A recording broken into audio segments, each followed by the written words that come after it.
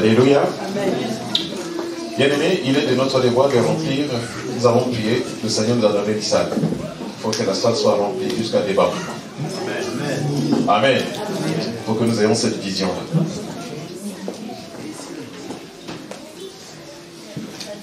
Quand tu étais seul avant, tu allais à vélo. Après ça, tu as acheté une moto avec un siège derrière. C'est ta femme qui est derrière. Et après, tu as acheté une voiture parce que tu as des enfants. N'est-ce pas? Tu as acheté une voiture, tu as des enfants, tu as 5 places. Il faut remplir les 5 places. Et puis après, tu as rempli les 5 places. Un seul à 4. Après, tu as rempli 7 places. Après 7 places, tu vas remplir 8 places. Après, 9 places. C'est comme ça. Alléluia. Que Dieu nous bénisse. Bien-aimés, nous sommes là, nous sommes une église missionnaire. Notre but, c'est d'avoir d'autres églises ailleurs. Et ça va se faire. Amen. Dieu nous a donné de prendre pied. Et à partir de cette assemblée, il va y avoir des missionnaires. Amen. Il va y avoir des hommes et des femmes qui vont partir en mission pour la cause de Christ. Amen. Alléluia. Amen. Est-ce que vous y croyez? Amen. Il faut que tu te prépares. Comme dit souvent le pasteur, il faut que tu te prépares. Il faut que tu te prépares. Et l'église de Lomé est en train de prendre de l'ampleur. Le pasteur m'a envoyé un message. Ils ont dit qu'ils auront besoin de moi pour une ouverture d'église au Ghana. Et je lui demandais mais dans quelle période. Il dit donc d'ici 4 mois ou 5 mois. Alléluia. J'en parle parce que je n'en ai pas parlé avec le pasteur. Le pasteur le sait. Mais on devrait en discuter. Je n'en ai pas discuté avec lui avant de vous en parler maintenant. Parce que je me suis dit, il vient du Togo. S'il se met ici à parler, vous allez dire, ah, c'est parce qu'il est du Togo. Il est togolais, n'est-ce pas? Non, on vous connaît. C'est comme ça. Vous allez dire, c'est parce qu'il est du Togo. Mais moi, je ne suis pas togolais. Et je ne suis pas ivoirien non plus. Je suis citoyen du ciel. Amen. Nous sommes tous des citoyens du ciel. Amen. Alléluia. C'est ça la pensée de Christ.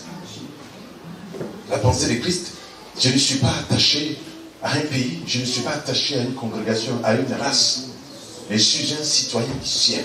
Amen. Il faut que tous les chrétiens comprennent cela. Et donc, par rapport à ce projet, d'ici 5-6 mois, si le Seigneur te met à cœur de soutenir ce projet, fais-le aussi. Amen. Alléluia. Amen. Parce que les frères là-bas, excusez-moi l'expression, ils se démerdent. Pour acheter un billet d'avion, ce n'est pas évident. Mais si le Seigneur te met à cœur de soutenir ce projet, en allant, nous étions passés la dernière fois. Les jeunes étudiants ont besoin des tablettes, ont besoin des téléphones, ont besoin des ordinateurs. Si vous en avez chez vous à la maison, que vous n'utilisez plus, donnez-les à la diaconesse. Elle va les collecter. Et quand nous irons, ça va servir. Vous les avez égarés quelque part. Vous changez tous les 6 mois les iPhones. Ça marche, vous laissez là. Puisqu'il y a une nouveauté, vous changez. Mais les frères en auront besoin. Amen. Amen. Donc si le Seigneur vous met à cœur de soutenir ce projet, faites-le avec joie. Amen. Que Dieu vous bénisse. Amen. Ce matin, c'est difficile.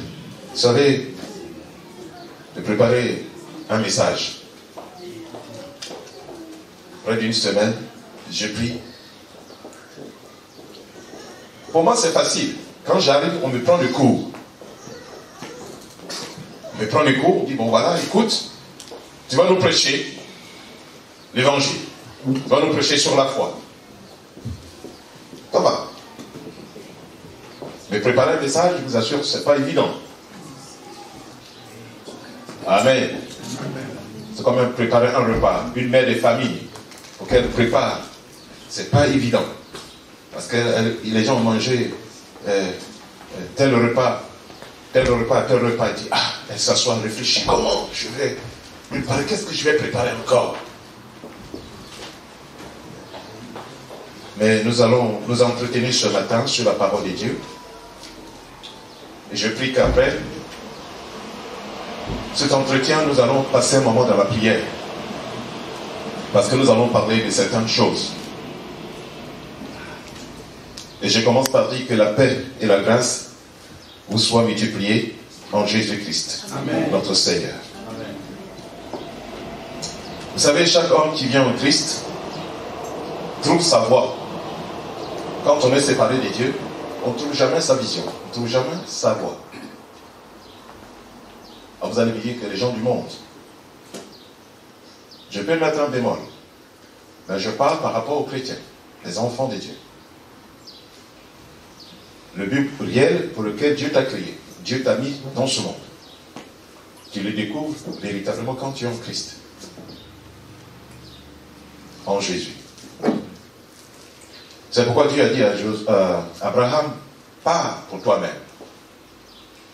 Quand Dieu a dit à Abraham de partir, le mot va-t'en en hébreu, ça dit pars pour toi-même.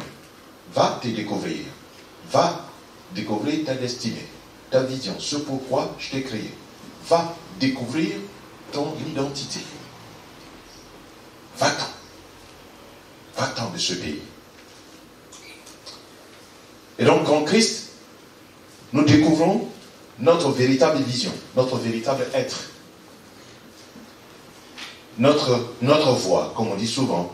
J'ai trouvé ma voie, ma destinée, mon chemin, mon devenir. Quand on lit le psaume 119, versets 9, 10 et 105, il dit comment le jeune homme rendra-t-il pur son sentier? Comment le jeune homme peut-il rendre pur son sentier? Parce qu'on considère que, on ne parle pas du vieillard ici, on parle du jeune homme. Parce qu'on le considère, il rentre dans la vie active. Il démarre sa vie. Il a fini ses études. Il doit rentrer dans la vie active. Mais comment peut-il réussir? Il répond, il dit que, au verset 9, comment le jeune homme rendra-t-il pur son sentier? Il dit en se dirigeant d'après ta parole. Au verset 10, il dit, je te cherche de tout mon cœur. Ne me laisse pas égarer loin de tes commandements.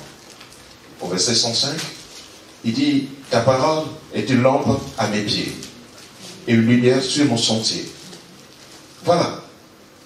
Donc, c'est ça. Quand on est en Christ, on découvre sa véritable voie. Dieu dit à Abraham, je disais tantôt, va-t'en. Va vers ta destinée. Va pour toi-même. Va te découvrir. Va vers ton accomplissement. Et vous verrez plus tard qu'Abraham est allé vers son accomplissement, vers sa vision. C'est pourquoi Dieu l'a créé. Et ce matin, nous allons voir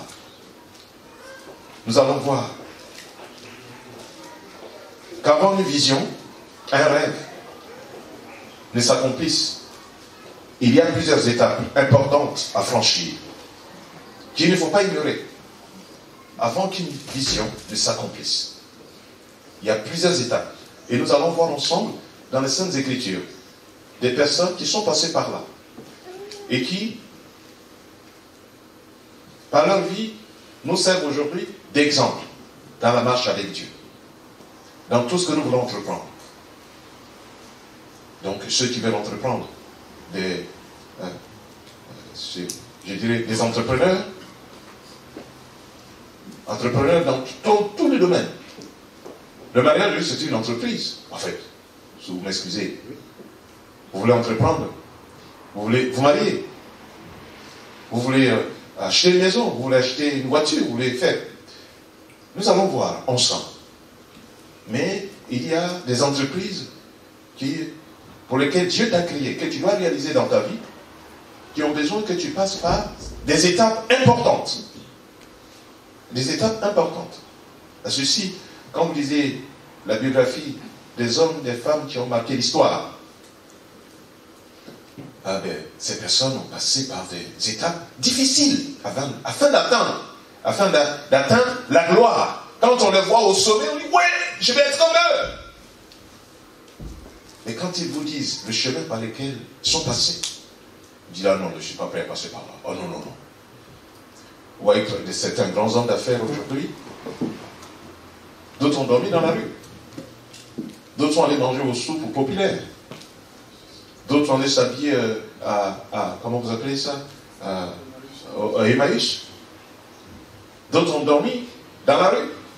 Mais quand on les voit, dans les grosses voitures, ils ont des quêtes privées, on dit, mais je vais être comme lui. Non, tu ne connais pas son histoire.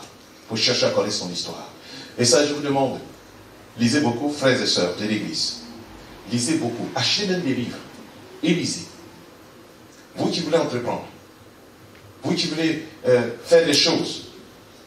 Dieu veut faire des choses avec vous. Mais il faut que vous soyez prêts.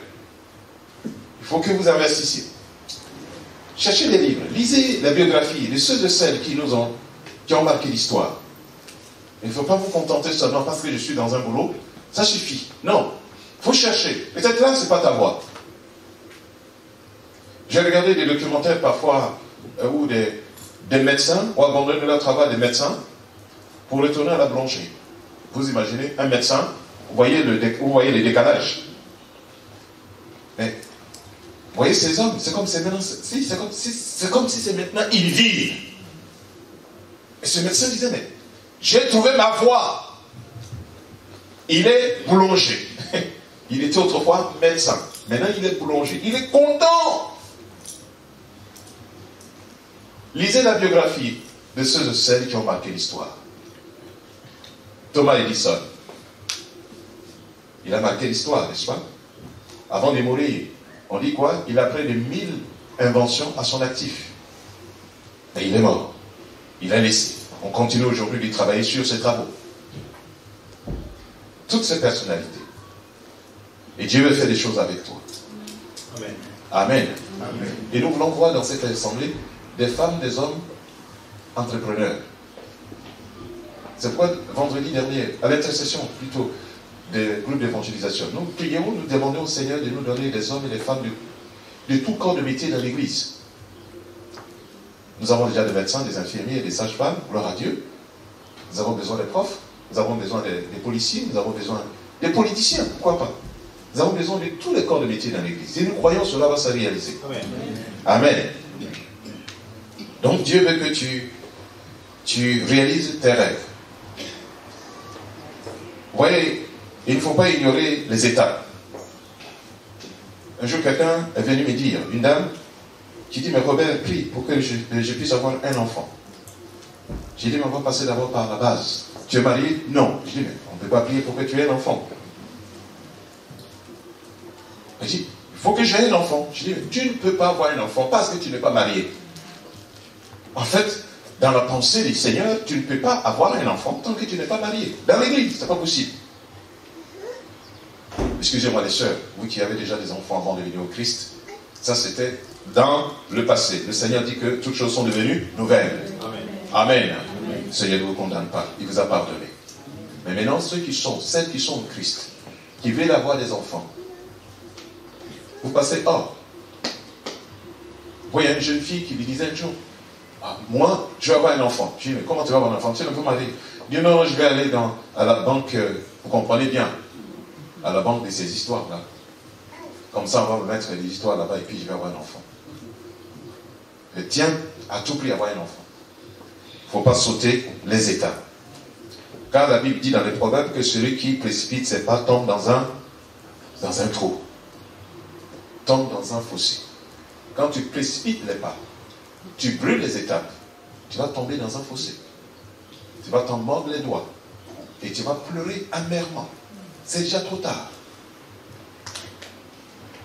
Donc, entre le moment où tu as la vision, où tu as eu le rêve, et le moment de sa réalisation, il y a ce qu'on appelle le temps de préparation. Et ce temps-là, ce temps de préparation qu'on appelle l'épreuve. Lisons ensemble. Romains chapitre 5. Romains chapitre 5, versets 1 à 5. Je lis. Il dit, étant donc justifiés par la foi, nous avons la paix avec Dieu, par notre Seigneur Jésus-Christ, à qui nous devons d'avoir eu par la foi accès à cette grâce, dans laquelle nous demeurons fermes, et nous nous glorifions dans l'espérance de la gloire de Dieu. Bien plus, nous nous glorifions même des afflictions, sachant que l'affliction produit la persévérance. Ah! Ça, les chrétiens ne sont pas prêts à passer par là. La persévérance, la victoire dans l'épreuve. Et cette victoire, l'espérance. Au verset 5, il dit, or, l'espérance ne trompe point. Parce que l'amour de Dieu est répandu dans nos cœurs par le Saint-Esprit qui nous a été donné. Vous voyez l'apôtre Paul, et un jour on viendra sur ce chapitre, mais là on ne va pas faire d'études ce matin, c'est juste pour nous faire comprendre. Nous avons accès à la grâce de Dieu. Dieu nous a fait déjà grâce, et nous avons accès en sa présence. Il dit, dans laquelle nous demeurons fermes, la fermeté, nous restons fermes, assis, enracinés. Nous demeurons fermes dans cette grâce. Et dans cette grâce maintenant, il dit que il y a la persévérance, la victoire dans l'épreuve. Avant que la victoire ne soit acquise, il faut persévérer. Et cette victoire dans l'espérance, je dis qu'un jour on va revenir dessus. Et donc, nous passons plusieurs cas. Nous allons voir plusieurs cas. Nous allons parler de Joseph. Joseph dans la Bible. Genèse. Joseph. Genèse chapitre 37. Joseph, il a eu des visions. Il a eu des visions qui étaient très importantes. Des visions très importantes pour lui. Lisons Genèse chapitre 37. Nous lisons versets 1, 2, 5, 9. Je lis. Jacob demeura dans le pays du Canaan, où avait séjourné son père. Voici la postérité de Jacob. Joseph, âgé de 17 ans, faisait perdre le troupeau de ses frères, avec ses frères. Cet enfant était auprès des fils des Bila plutôt, et des fils des Zippa, femme de son père. Et Joseph rapportait à leur père leurs mauvais propos. Voilà. Il faut faire très attention. Il ne faut pas parler mal de ton père. Il ne faut pas parler mal de ton père. Comme disent les proverbes, même s'il devient vieux. Ni de ta mère, même si elle a vieilli. Amen. Amen. Alors, Joseph, au verset 5, on dit Joseph eut un songe, donc une vision, un rêve, c'était un projet. Il le raconta à ses frères, qui le haïrent encore davantage. Il a eu un songe. Nous n'allons pas rentrer dans le songe. Vous voyez le verset 6 jusqu'au verset 8. Au verset 9, il eut encore un autre songe, une autre vision, un autre projet. Il le raconta à ses frères. Sa situation ne fait que s'empirer. Et c'est des visions claires, des projets clairs, des rêves clairs que Dieu donne à Joseph. Voilà, verset 17, il est dit que Joseph avait 17 ans. Donc, je disais que le temps que tu reçois la vision, tu as ton rêve, ton projet. Jusqu'à sa réalisation, il se passe un temps important, qu'on appelle les étapes. Un temps d'épreuve. C'est comme un enfant qui va à l'école, bientôt les enfants vont passer leur bac. On dit l'épreuve du bac. Il faut savoir ce que tu as appris depuis là, si tu as tout compris. Parce que tu vas en 2 heures ou en 4 heures, tu vas faire la synthèse. Vous allez voir, les élèves vont transpirer ce jour-là. D'autres vont faire... voilà. Alors, donc, c'est comme ça. On dit bien, Joseph avait 17 ans. De 17 ans jusqu'à l'accomplissement, jusqu'à ce qu'il soit premier ministre en Égypte, il va se passer combien d'années? Parce que c'est à 30 ans que Joseph va accéder au trône en Égypte. Il s'est passé combien d'années? 13 ans. N'est-ce pas?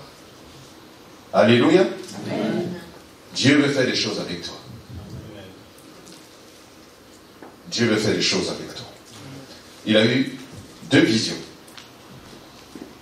Et ces visions vont lui coûter très cher. Ces visions, ces rêves, ces projets doivent nécessairement être combattus.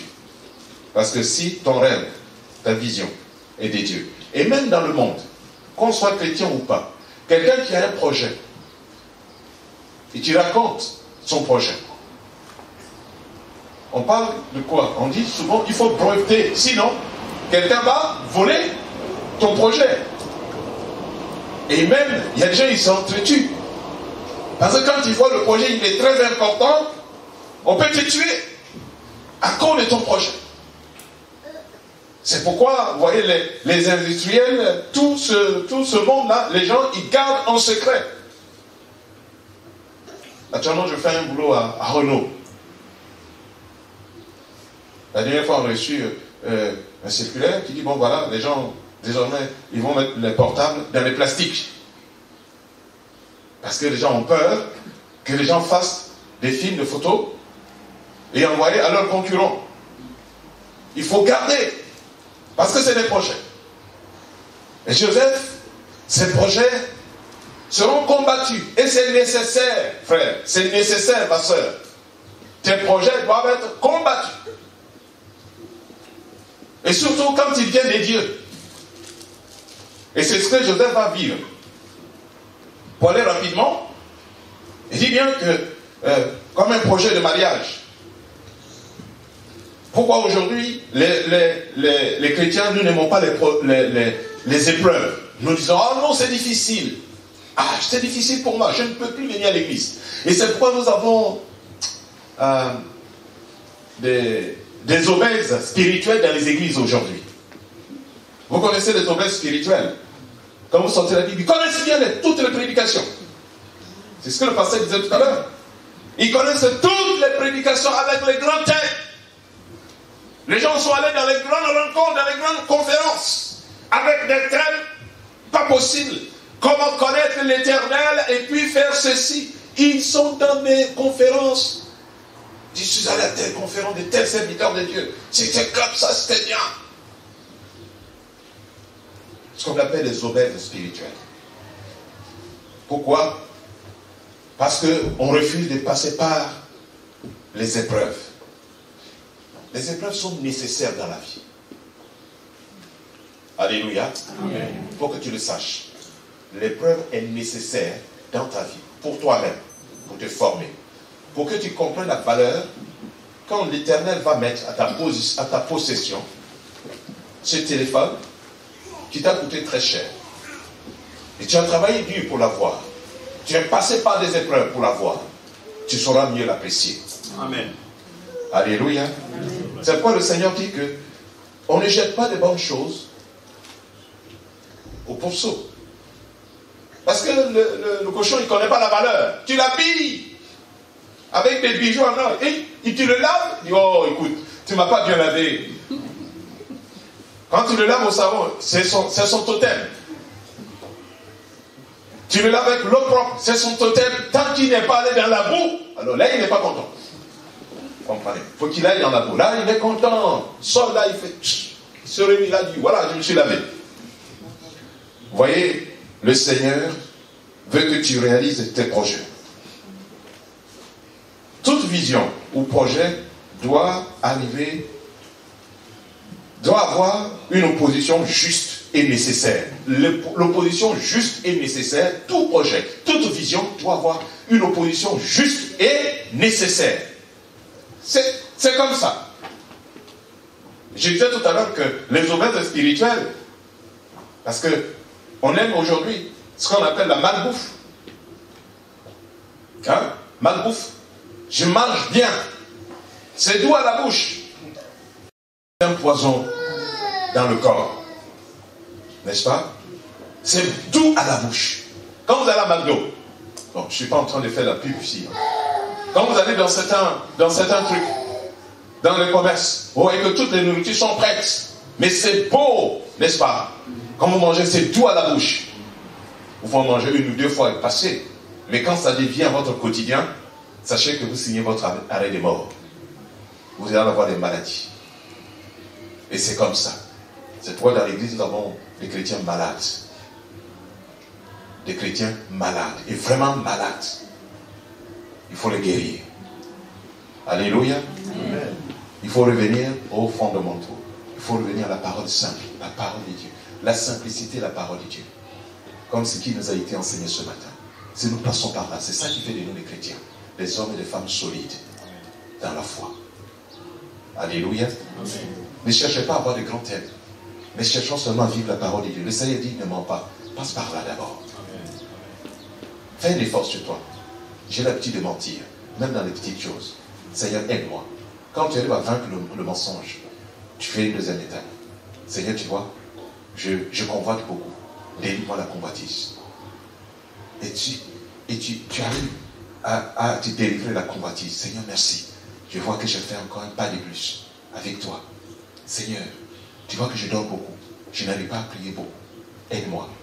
Et c'est comme ça la marche. Et c'est comme ça le Seigneur. Quand il voit que tu as cette soif de le connaître, de marcher avec lui, il va mettre tous les moyens qu'il te faut à ta disposition pour que tu y arrives. Alors donc, Joseph, notre frère. On dit bien que les frères le haïrent davantage. Ses propres frères, sa propre famille va le porter en haine. Car il a un projet, il a une vision. Sa propre famille. Quand tu as un projet, tu as une vision, ta propre famille, tes frères, tes sœurs. Vous savez d'abord, le combat commence d'abord par la famille. Pourquoi? Avant que les puissances extérieures ne te combattent. C'est ta famille, d'abord. Vous voyez, Jésus, il a été combattu par ceux-mêmes qui l'entouraient. Comme dit le psaume 22, il dit bien, celui qui mange avec moi dans le même plat, c'est celui qui est mon ennemi. C'était qui? Judas. Vous vous rendez compte? De la famille, les projets que nous voulons réaliser. La famille, combien de fois tu es combattu par la famille? Tes projets, tu vois que tout est à l'eau. Parce que la famille s'est levée contre toi, veut te détruire. Parce que la famille te connaît. La famille te connaît très bien. Il sait que le jour où tu es né, tu as une étoile. Le jour où tu es né, tu as une grâce spéciale. Il dit, cet enfant va devenir quelque chose. Il faut le tuer à partir de maintenant. Il faut tuer l'œuf. Du moins, tuer le poussin dans l'œuf. Comme ça, c'est fini. Joseph, ses frères, vont être pour lui un obstacle. Mais tout ça, c'est le plan de Dieu. Alléluia. C'est pourquoi nous devons comprendre tout ce qui nous arrive. Dieu, il dit bien que Dieu fait concourir toutes choses à notre bien. Parce que nous l'aimons. Amen. Parce que nous l'aimons et il nous aime. Donc, tout ce qui nous arrive, sachez que Dieu le fait concourir à notre bonheur. Et alors, ses propres frères vont le porter en haine, une haine. Or, la Bible dit que celui qui hait son frère est un meurtrier. Donc, ils l'ont tué. Donc, si tu es dans l'église, que tu hais quelqu'un, tu es un meurtrier. Il faut te repentir. Alléluia. Amen. Si tu as une haine contre quelqu'un, je le dis et je le répète, si tu hais quelqu'un, tu es un meurtrier. Or, la Bible dit que les meurtriers n'iront pas au ciel. Donc, tu es dans l'église. Tant que tu n'as pas réglé ce problème, tu n'iras pas au ciel. Tu peux mourir et mourir bêtement. Passer à côté de la grâce. Donc, ses frères sont des meurtriers. Ils l'ont tué déjà. Donc, Joseph va connaître ce qu'on appelle, il sera jeté dans un puits. Quand on lit au chapitre, toujours 37, et au chapitre 37, toujours, à partir du verset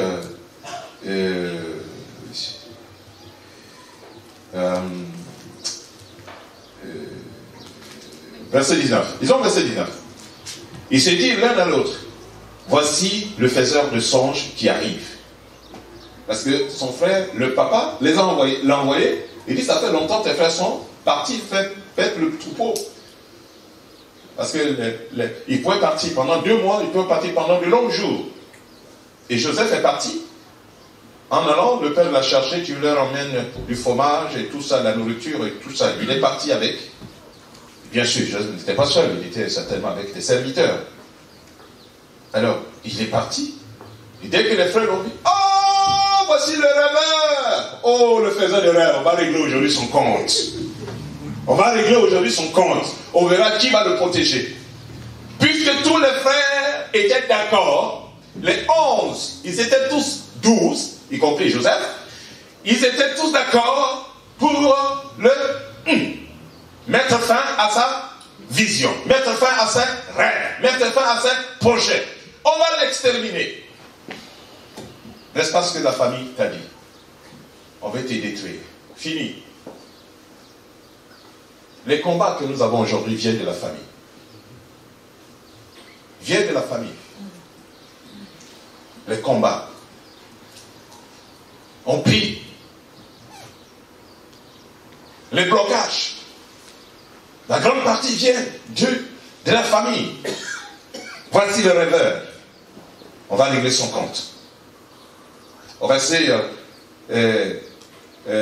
23. Lorsque Joseph fut arrivé auprès de ses frères, ils le dépouillèrent de sa tunique. Et la tunique de plus, de la tunique de plusieurs couleurs qu'il avait sur lui. Merci. Ils le prirent et le jetèrent dans la citerne. Cette citerne était vide. Il n'y avait point d'eau. Ah, comme ça, on ne va plus parler de son projet. Fini. Vous imaginez? On l'a pris, on l'a jeté dans le puits. Fini. Est-ce qu'on ne t'a pas jeté dans un puits? Il faut que tu t'en sortes ce matin. Amen. Au nom de Jésus-Christ. Il faut que tu t'en sortes. Tes projets ont été jetés dans un puits. On dit fini, on ne va plus entendre parler de lui. Parce que cet enfant-là, on a vu son avenir, il a un avenir radieux. Il faut mettre fin. Allez, jette-le dans le puits. Fini, on n'en parle plus. Oh, Dieu est bon. Amen. Quand Dieu n'a pas décidé, personne ne peut décider à la place du Seigneur. C'est pourquoi après nous allons prier le Seigneur ce matin.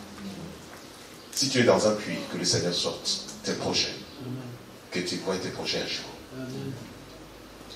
Tes visions qui ont été enterrées, que tu les revoies et que tu commences à, je pourrais dire, à visionner, à avoir des visions à nouveau, à avoir des rêves à nouveau. Parce que depuis tout le temps, tu vois que tu fais toujours les mêmes rêves. Des rêves où tu es en train de conduire un grand avion. Les rêves, tu conduis toujours un grand avion. C'est un exemple. Peut-être que tu seras un grand ingénieur, un grand pilote. Je ne dis pas les pilotes des sorciers, hein. Parce que j'étais, enfin on était dans une église, presque tous les dimanches, les gens disent, on a eu une vision, on a vu les MiG-21. Hein? On dit, on a vu un MiG-21 qui est venu se poser dans l'église. C'est les sorciers, au nom de Jésus. Non, au nom de Jésus, ces esprits n'ont pas de place dans l'assemblée. Alléluia. Non. Il faut reprendre à nouveau tes visions, tes projets. Si tu les as mis au placard, reprends-les. Ne dis pas que, ah tiens, fini, j'ai un travail, pépère, je gagne ma vie, je ne veux pas me casser la tête. Il ne faut pas aimer le tout cuit. Il ne faut pas aimer le tout cuit. Le tout cuit, tu peux le manger une fois par an, mais que ça ne devienne pas une habitude. Il faut se battre pour arriver jusqu'au bout. Le Seigneur veut que tu arrives. Il faut se battre. C'est un combat, bien aimé. Donc il y a plusieurs étapes. La première étape, il est haï par sa propre famille. On le prend, on le jette dans le puits. Il va sortir du puits. Ils ont dit, ah, tiens. Et regardons au verset 26. Alors Judas dit à ses frères, que gagnerons-nous à tuer notre frère et à cacher son sang? Donc Judas, à cause de cela, quand leur père va les bénir plus tard, vous allez voir que Judas sera béni. Amen. À cause de ce qu'il a posé comme acte. Il a pris la défense de son frère. Comme quoi, parmi toujours les mauvais, il y a toujours un qui est bon.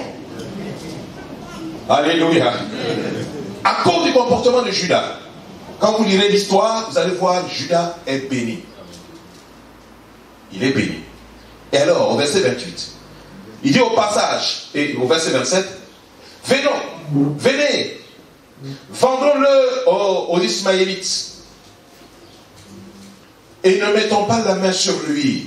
C'est lui qui va plaider, il dit, parce qu'il est minoritaire. Il est minoritaire. Donc il dit, il vaut mieux le vendre que de le tuer. Au moins il va avoir la vie sauve.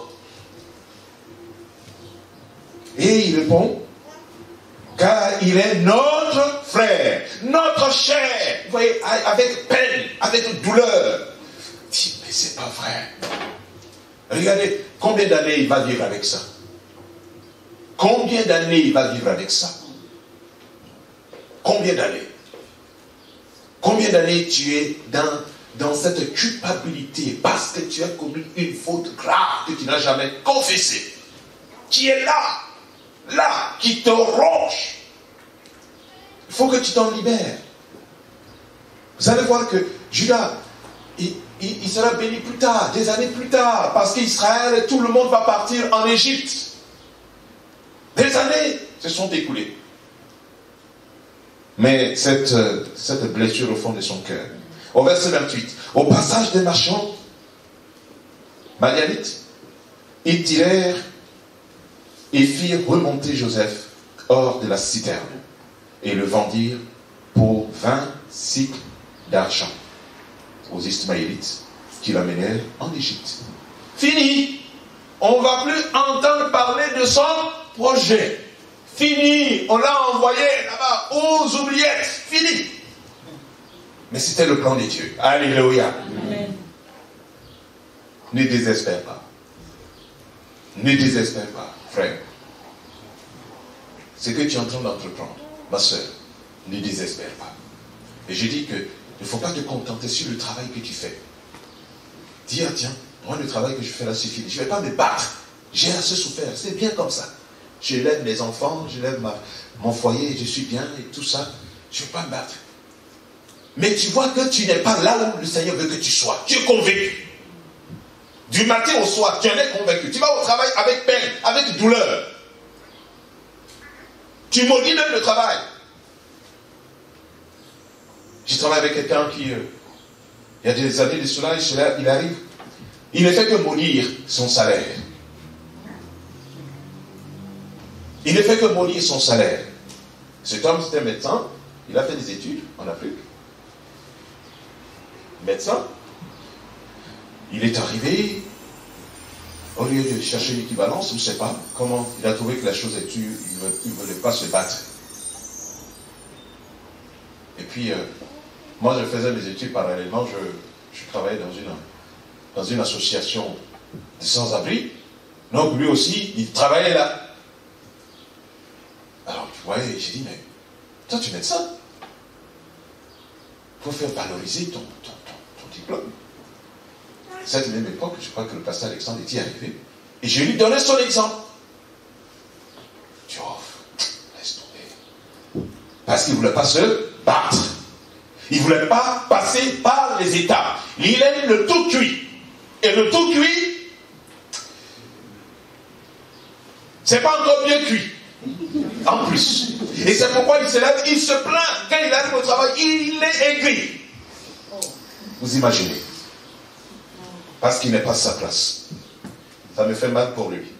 Et puis c'est fini, les années passées, il a pris de l'âge. Il est rentré dans le circuit.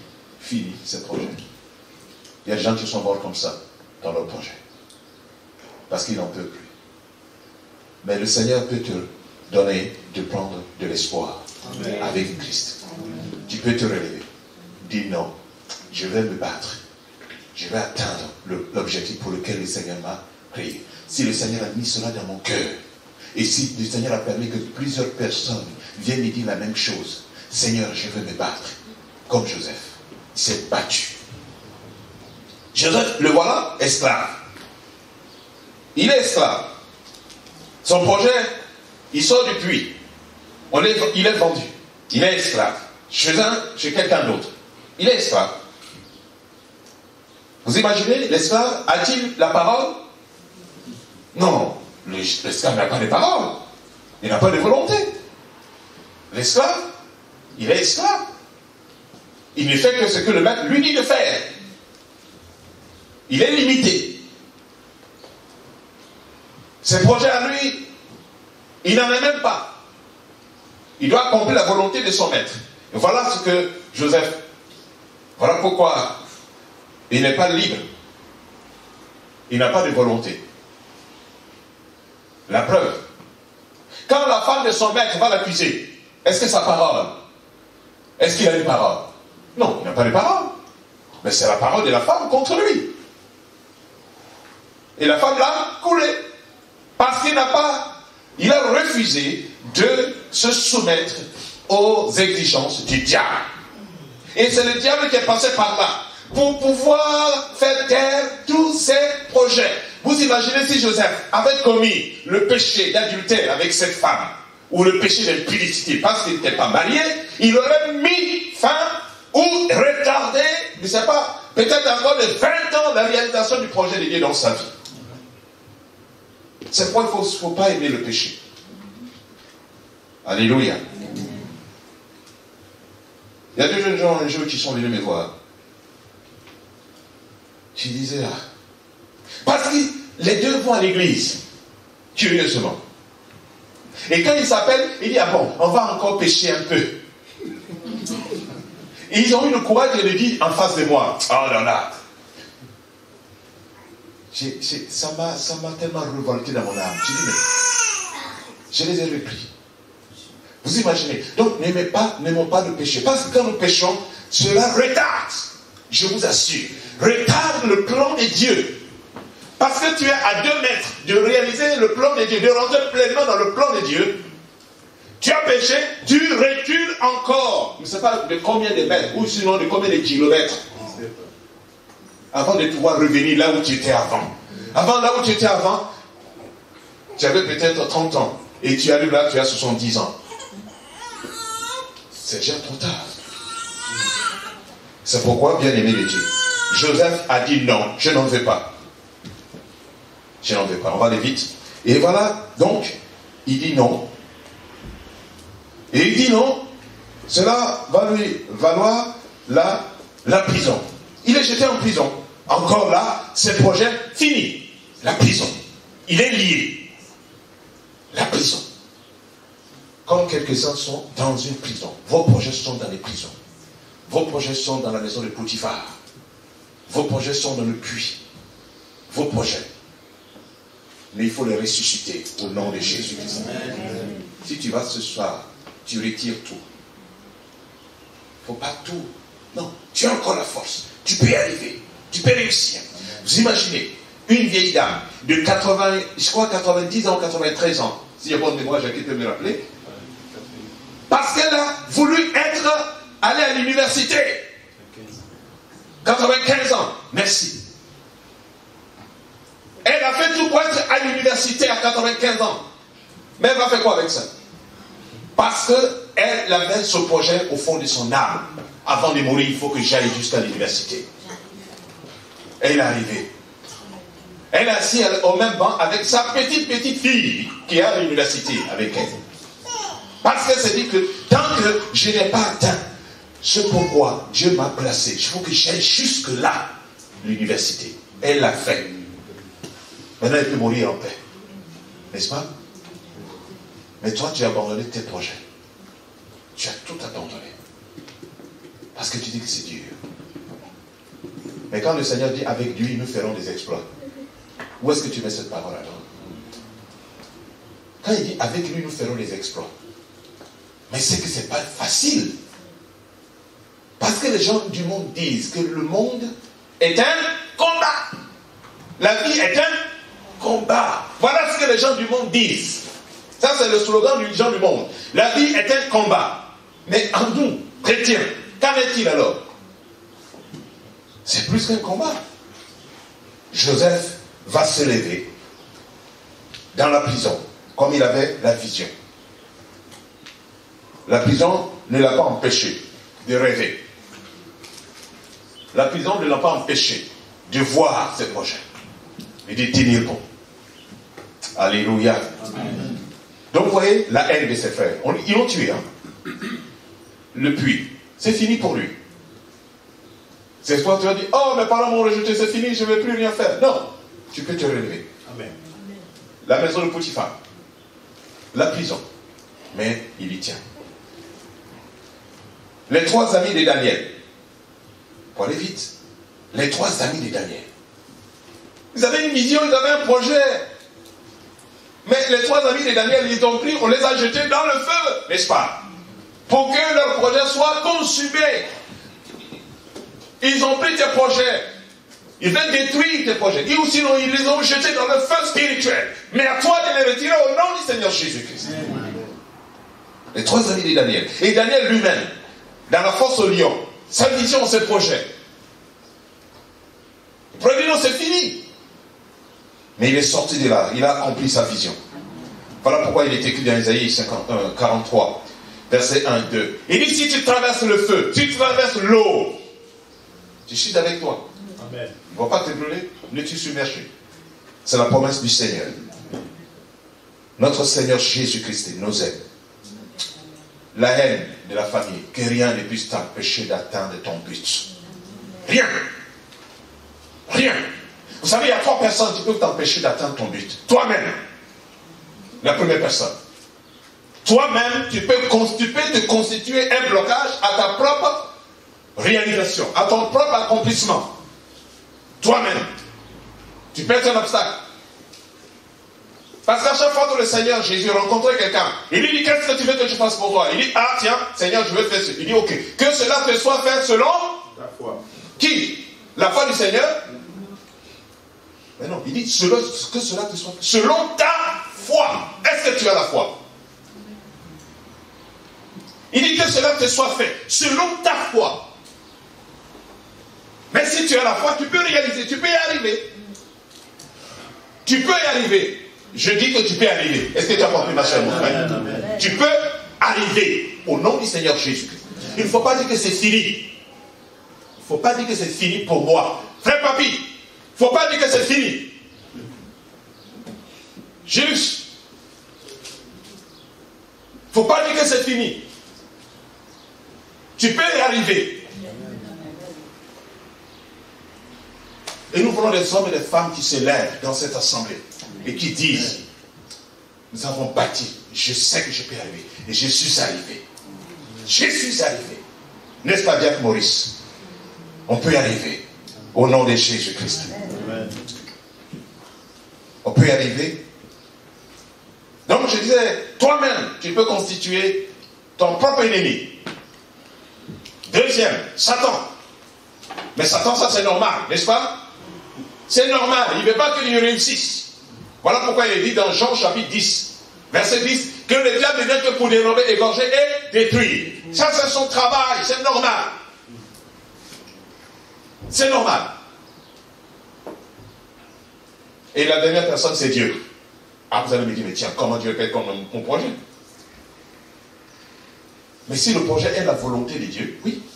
Mais quel intérêt qu'a Dieu pour que tu ne réussisses pas? Quel intérêt? Dieu ne va pas être contre ton projet. Au contraire.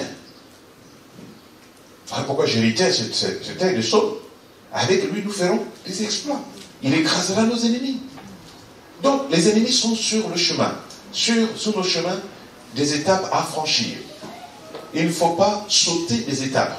Il ne faut pas négliger ces étapes. Il ne faut pas négliger ces épreuves. Elles sont importantes. Elles sont formatrices pour toi-même. Et demain, quand tu es là, tu as des choses à dire. Tu pourras enseigner aux autres. Alléluia. Amen. Vous qui êtes là dans cette assemblée, qui êtes là depuis le début. Demain, quand les gens viendront, vous pourrez leur dire par où vous êtes passé, n'est-ce pas? Dit, on a souffert avant d'être là, dans cette salle. On est passé par des moments difficiles avant d'être là. Et c'est un témoignage. Parce que Dieu nous bénit. Vous allez vous tenir de vos bien-aimés. Et nous allons prier le Seigneur.